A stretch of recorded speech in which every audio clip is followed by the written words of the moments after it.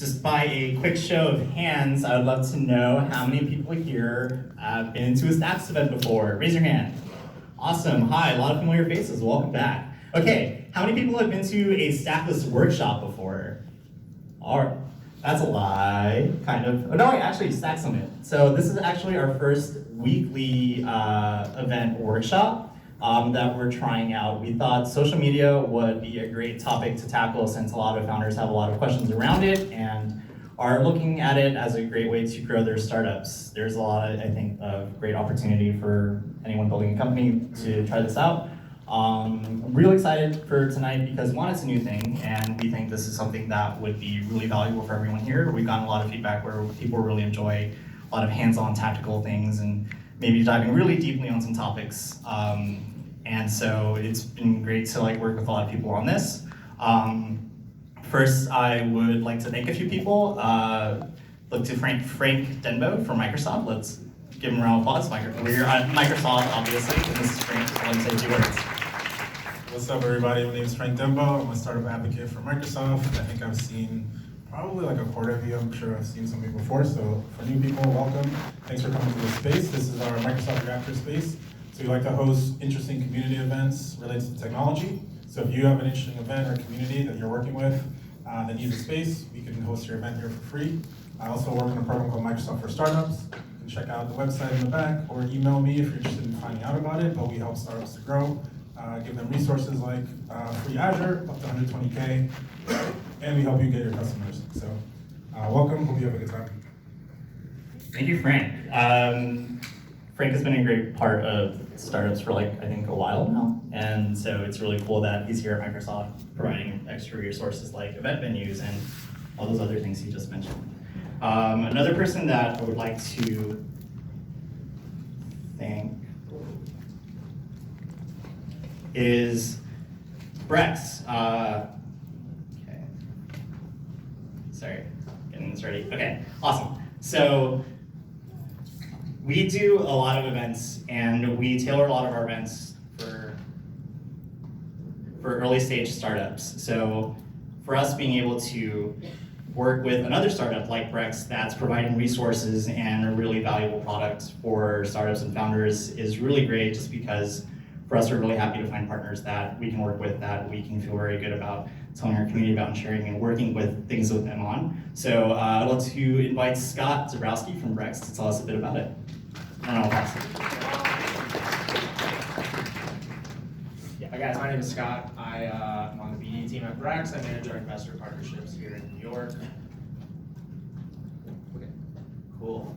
All right, well, so I've done this presentation now one time, and I kind of wanted to change things up, and I wanted to provide a video that we actually presented at TechCrunch Disrupt about a month ago, and I think it's really relevant, and I think it's going to speak a lot to all of you. It actually speaks to me because although I'm not a founder, I do a lot of these things as a BD person for Brex. So this is not working.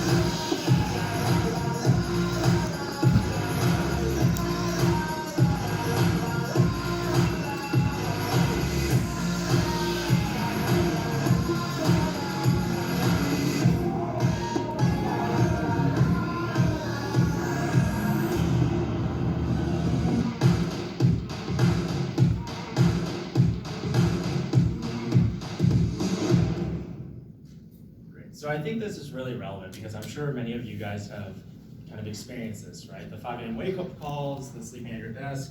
I've jammed my hand to an elevator door a couple of times. But really, this is what Brex is, right? We believe that founders have the toughest job in the world to go out and build their dream from nothing. And really, it all started really when we started at Y Combinator. This works now. And Brex started actually as a VR company, and after seeing the pains of a startup early on, starting from nothing at an accelerator, our founders actually went out and created this card that was built for the founder to alleviate a lot of their pain points. And after now 2.5 years and now a $2.6 billion valuation, we've really done that and built Brex from nothing to something. Really what you guys are doing today, Brex is kind of on its way a couple of years later, and you guys will be too.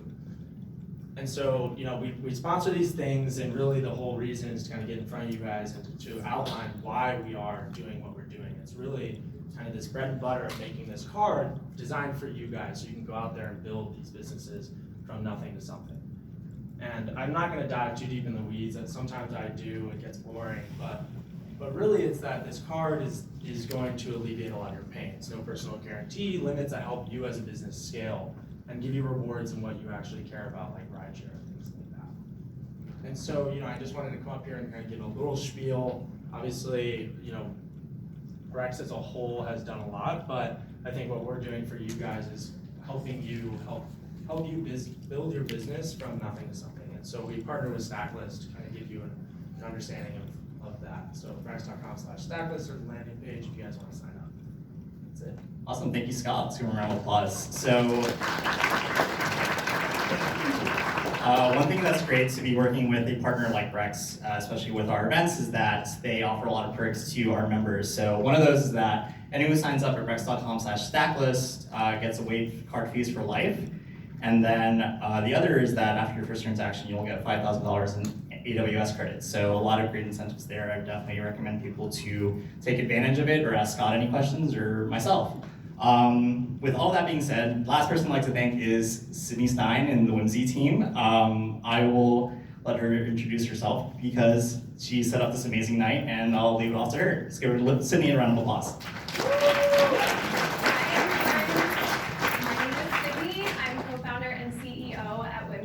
I would love to quickly throw it back to Danny, Courtney, Amanda, give them a round of applause for also putting on such a great event.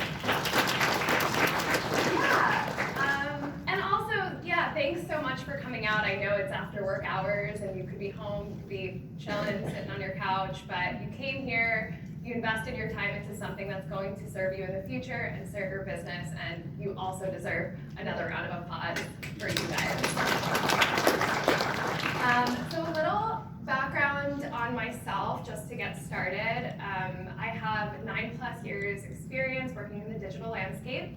My career actually started as a content strategist at an SEO agency. It was there that I was responsible for developing and scaling the social media department of that organization. And following that, I met my co-founder, Taylor Rowetter, who's standing right in the back over there. We launched Whimsy, and we are a social media agency. We specialize in wellness and mission-based brands primarily. And together we have helped to build some super awesome communities, both online and offline. We've facilitated some really great conversations in the space, and we've mobilized change. And all that to say, we've also helped our brands connect with their audience more deeply and more authentically in the digital space. In the nature of social media and two-way conversations, I'd love to just take a minute for you guys to turn to the person on your left and your right and behind, introduce yourself, what your business is, and why you're here tonight.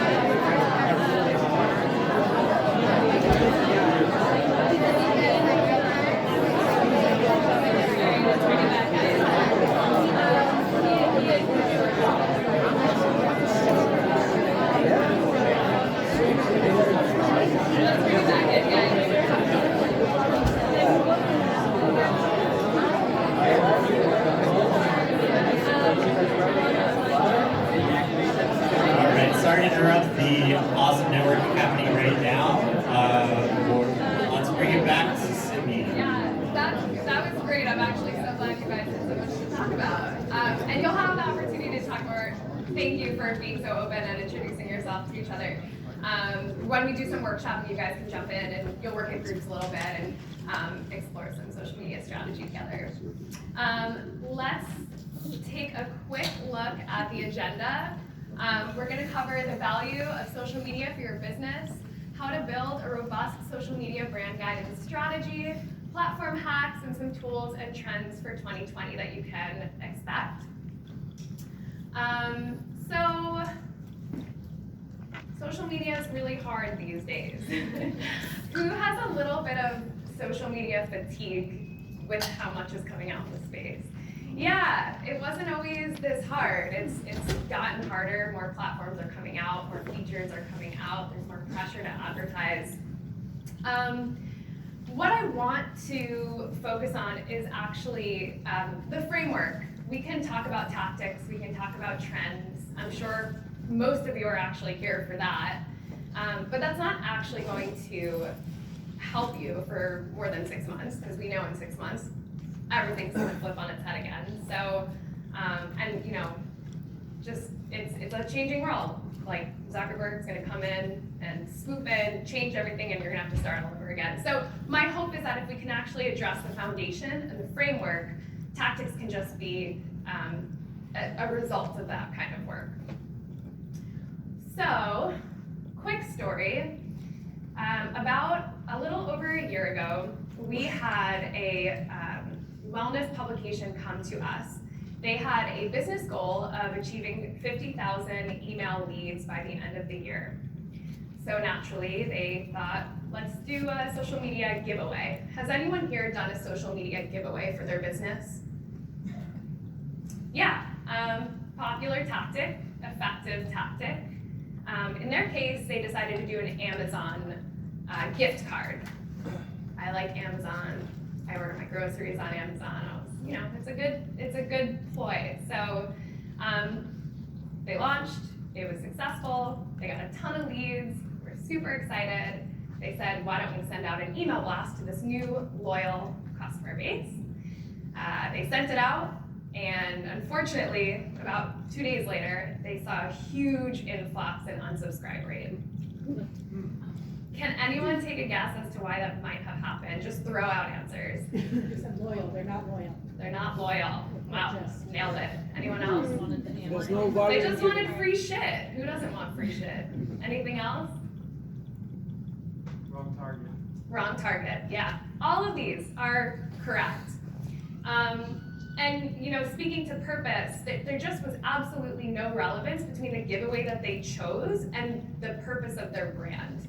So with so much saturation in the market, we're not gonna they didn't leave anything for them to hang on to. They had no reason to stay loyal to them. 63% of consumers, especially the younger contingency, expect brands to look beyond financial statements and bring more meaning to the table. This is the future of digital marketing. This is the future of marketing. Younger contingencies are starting to use branding as an extension of their identity. And that's important to point out because it's going to be more difficult and more crucial that you brands find the purpose behind what you're selling and figure out how you're going to bring value to their lives and help them self-actualize. So, what we're talking about is brand purpose. We'll talk about this. This is going to be something that's going to bleed into everything we do tonight. What the world needs, what you're passionate about, what you're good at, that's your brand purpose. And you know, we'll explore that more. I don't want to give you the impression that business goals are not also important. We're all here, we all need to make a buck. So I just want to say, however, that specifically for social media, that's not the best way for you to frame your brand on social because it's such a lifestyle platform. So, sorry, I'm still figuring this out. Thought starter. I would like you guys to take 60 seconds And jot down the role that social media plays in your personal life, not as a brand or advertiser, but as a human being. And you can chat too with people if you want to.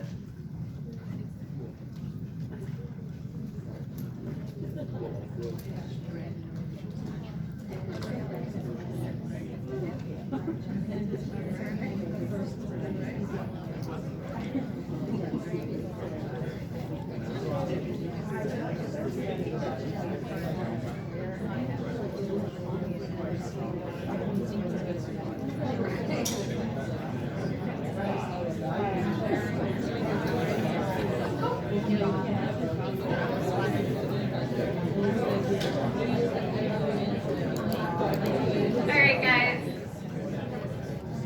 Can I get a couple people to throw out some of the primary reasons that they use social media in exchange for a free shirt?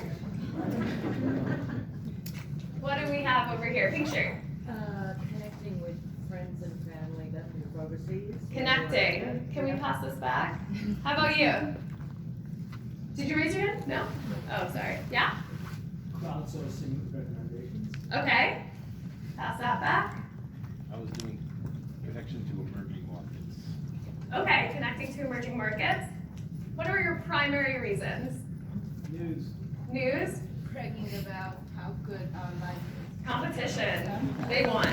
You guys can exchange these. Other people, tracking what's going on in other people's lives. Say that one again? Tracking what's going on in other people's Connecting, absolutely. Awesome. Future cool events. Finding cool events. Sorry, I have no more t-shirts up here. Go to the back. Yes, all of those. One thing, no one really said anything about buying stuff. Not to say that that's not an after effect, and it's certainly a platform that is now built for shopping, but it is not the primary reason that we use social media. So what we're talking about is user intent. We have to, as brands, assimilate to what the platform was actually built for, which was lifestyle. So I just wanted to put those two things in your head, purpose and the role of social media and user intent, and we'll bring those through the rest of the presentation. So let's take a look at a brand who's done a great job at helping their social media audience enjoy, advocate, bond, and engage with their brand. Less concerned with the purchase. The purchase comes with that groundwork.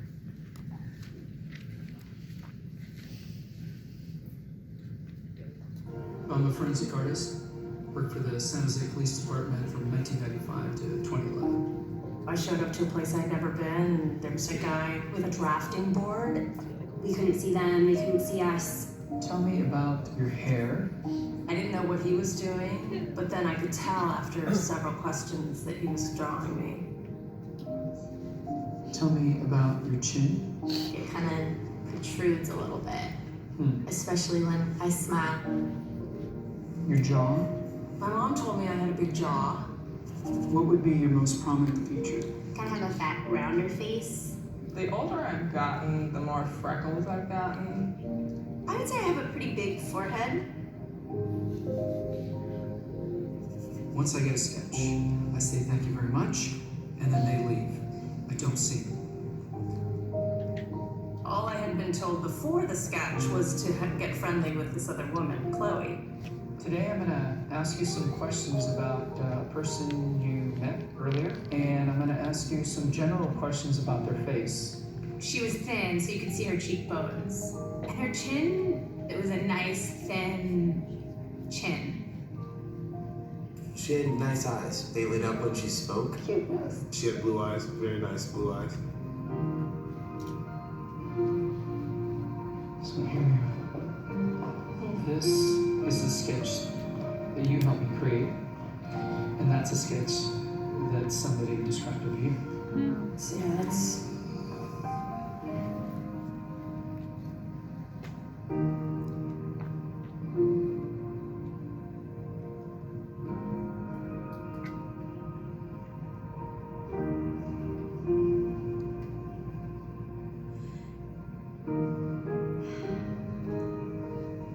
She looks closed off and fatter. Sadder, too.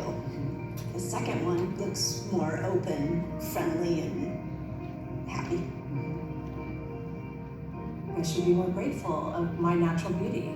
It impacts the choices and the friends that we make, the jobs we apply for, how we treat our children. It impacts everything. Couldn't be more critical to your happiness. Do you think you're more beautiful than you say? Yeah. Yeah.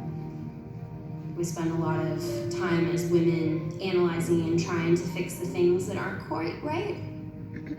And we should spend more time appreciating the things that we do like.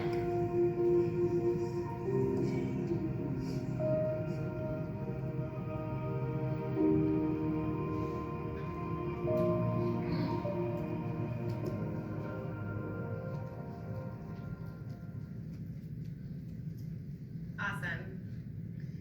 That was Dove's Real Beauty campaign. And these are the results. 68.7 million views, sales 2.4 billion to 4 billion since the launch of this campaign, and the Titanium Grand Prix award among many other awards. And notice in that they really didn't talk about soap. There was no mention of soap. There was mention of Dove and what they stand for, but there's no mention of soap. The kinds of loyalty that came from this campaign was replicated and duplicated through tons of those ads that launched. There was maybe 5 or 6 videos, and it bled, that purpose bled into everything that they did, both online and offline. So, how do we do that? How did they get there? We're gonna use Dove as the case study through our process, but what they did was they articulated their purpose loud and clear. They defined their position in the space against other competitors in the space and not in the space. And then they lived their values, really lived it. They took that purpose and they brought it out into the world. So they had tons of content to talk about on social media. Social media was a piece of cake for them because they had done the groundwork. So we're gonna share with you what we call the Whimsy method, which is a 3-phase approach. Phase 1 is the social media brand guide. This is the why and the how for your brand. Most of the work that you're gonna do is gonna happen here, or it's gonna be iterating this. So the why is, why do you exist at all? Why are you in the marketplace? And how do you exist? Social media strategy is the what are you saying, and where are you saying it? That specifically pertains to social media strategy. If it was another medium, it would be a different kind of strategy. And social media tactics and execution, which is just the logistics of getting the job done. So here we are. We're at phase 1, the social media brand guide. This is it. These are our trade secrets. This is what we do for all of our clients. We're gonna cover this list of items over here on the right. I'm gonna walk you through what this is. Take notes. It's gonna be a lot of information, I promise you that. Everyone told me to cut back my presentation, but I was like, no, let's give them as much information as we can. I've been on the other side of these presentations where it's just too surface, and I want you guys to be able to walk away with some really useful information, even if it's a little overwhelming right now. So focus, take notes where you can, and we'll also follow up with some emails or something where we can recap all of this. So brand purpose. I cannot emphasize this enough. Whimsy, our team took 3 months to establish our brand purpose. It's really hard figuring out what you stand for as a human being and as a brand. And it's gonna take time, you're gonna have to iterate it a lot, you're gonna have to come back and you're gonna have some debates with your business partner, but you're gonna get to the root of it and it's gonna be great. So, why are you here? Why enter the marketplace at all? What challenges does your brand solve? And what would be different without you? Has anyone done any brand purpose work here? Awesome, couple people. Can you tell me about, would you mind sharing your brand purpose loosely? Yeah, loosely. It's to help people explore their life experience, and it's by displaying people that have and what the results of that. So beautiful. Yeah. Great. Anyone else wanting to share? Oh, no more hands. Okay, no problem. Oh yeah? Basically, the vision is to empower anyone to be heard and counted. Awesome. Great. Yeah, these are strong, and this kind of work will be integrated into the work that you do here. And then it's going to be elaborated on. So that's the brand purpose. That's what you need to know. Spend time on this. You know, talking about expanding on that, prospects are drawn to the idea that their spending can do more than just help them acquire goods and services. It can help them feel like they are part of a bigger effort, a movement to make a difference. They're not interested in what you're doing for your company. They're interested in what you're doing for their life. So really take that in and think about what that means for you. So here we are back at Dove. Here's their brand purpose. Dove believes that beauty is not one-dimensional. It is not defined by your age, the shape or size of your body, the color of your skin or your hair. It's feeling like the best version of yourself, authentic, unique, real. We invite all women to realize their personal potential for beauty by engaging them with products that deliver superior care. It's not to say that they ignored their product, it's there, but that's not why they built their product. And everything that they do from this point forward, this is the North Star. Any action that they take both online and offline will have relevance back to this purpose. Use this as your North Star. Every decision you make, if it's not leading back to your brand purpose, it's inauthentic, and people can feel that. Situation analysis. This quote is from a book that I've been reading called Design Your Life. Does anyone know Design Your Life? Amazing book, highly recommend. It ties in really nicely with this kind of work. You can't know where you're going unless you know where you are. So this is just it's just kind of like your self, it's a gauge, it's like a self-audit of where you stand with your brand. Some things that we're gonna talk about are a SWOT analysis. Is anyone familiar with a SWOT analysis? Yeah, great. So yeah, this is just orienting yourself. Where currently do you stand? What are your strengths as a brand? What are your weaknesses? What are some opportunities and what are some threats? Opportunity stands out for me. That's what's tying back, in my opinion, to your purpose. What are the opportunities in the world for me to exist? So yeah, this is what I just made up for Dove. To run through it, they use real people. That's clearly a strength. A weakness is their price point in their particular space. They're actually on the higher end for pricing. They haven't jumped, or they're just starting now to jump into men's market. They've got some cool things going on, but that is an opportunity for them to expand.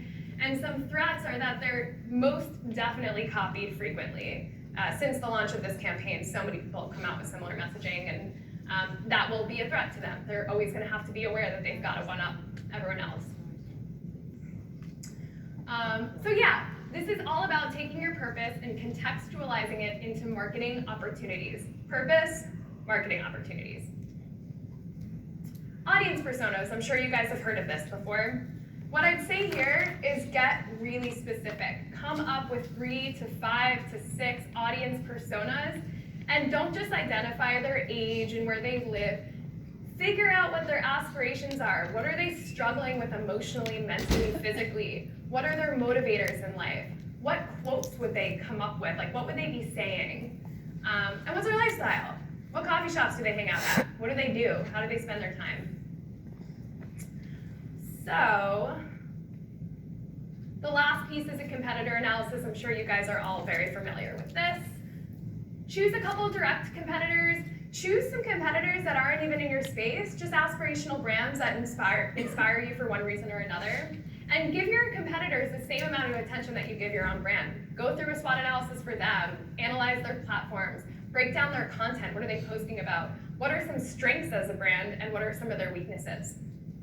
There's a lot on the internet. You can really get as much information on them as you want. Brand positioning. Strategy starts at the end. I have that capitalized. We have to start thinking at the end result of what we want to accomplish. It's not, when you want to figure out, you have to get in the head of the consumer. So the emotional and functional outcomes is identifying what we want them to feel when they walk away from your brand. What is the takeaway? What are they feeling and what are they experiencing in using your product? Some ones that we made up for Dove. Sentimental, empowered, accepted, community-oriented. That's some of the messaging. That's what they want to feel when they walk away from seeing something Dove put together. And functional outcomes. They moisturized and cleaner. They're big things. That's moisturized, clean, moisturized. Everything is that. Great. Messaging strategy. How's everyone doing? Good? Yeah? Great. I know this is a lot. Prioritizing your messaging. So this is where things get fun, but it's also where people seem to get flustered or don't feel empowered to speak on behalf of their brand. If you have that brand purpose identified and set up, this will be easier. But you should map it out. So what are the conversations that Dove is holding? We call these conversation pillars. Childhood development, women portrayed in the media, self-care in the modern age, the female collective, self-esteem, and self-worth. Those are the pillars of conversations that they're going to be bringing into this space, whether it's online or offline. Again, social media is just a reaction to all of this. Once you've identified your big pillars of conversation, write out your stance on them. It's not enough just to talk about it. People want to know how you feel about it. And then when your team grows and you have a big social media team, they know what your stance is and they can speak on behalf of your brand also. So that's actually just future thinking for growing your organization. Oh no, I lost part of my arrow. That was an arrow. Work down this way. Start with the purpose, body inclusion. We're just mapping out what we just talked about. Body inclusion is their purpose, or body empowerment. Persona, maybe one is a mother with a couple daughters. Maybe that's one of the personas. Okay, fine. What do they want them to feel? Sentimental. Awesome. What is the message they want to focus on? Self-esteem and self-worth. This is a map. This is you creating your narrative for social media. But it has to start here. You can't work the other way. Oh, there's my arrow. Visual identity and personality. Yeah, this might be the place where you bring in a graphic designer, somebody who specializes in design. If that's not your forte, that's fine. But the things that you're going to be looking for is how do you bring this to life visually? This is a little bit more abstract and it's up for negotiation. Usually it's a conversation. But color story, tone and voice, how do they speak? Who do they speak to? What are they saying? Asset style, especially for social media, photography, illustration, graphic design, those are going to have a different impact on your audience and the way that they feel. So you might want to discuss what kinds of assets are appropriate for your brand. Video, of course. Mood board and inspiration mapping. So put together a big collage. You can do it on paper. You can do it online if you're comfortable with that. Just get a general sense of what that looks like. Even, your branding, like the product itself, like your packaging. What are the words associated with that packaging? In your copy guide, how do you speak? What is the copy on the website? What is the tone of your voice on social? All of that's really important. So to quickly look at Dove's, how this all came to life. Moisturizing, soft product shapes. They use real women, no supermodels.